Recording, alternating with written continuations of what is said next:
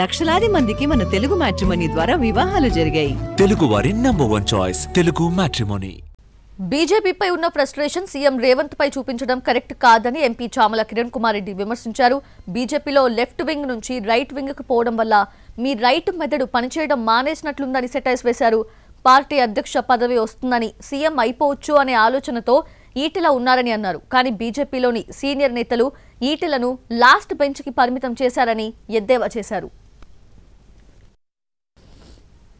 గారు, మీరు కమ్యూనిస్టు భావాజాలం ఉండి బీజేపీలోకి పోయి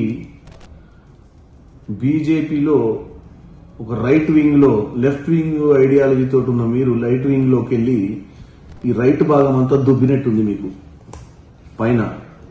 ఎందుకంటే మీరు అటు బీఆర్ఎస్ లో పంచాయతీ పెట్టుకుని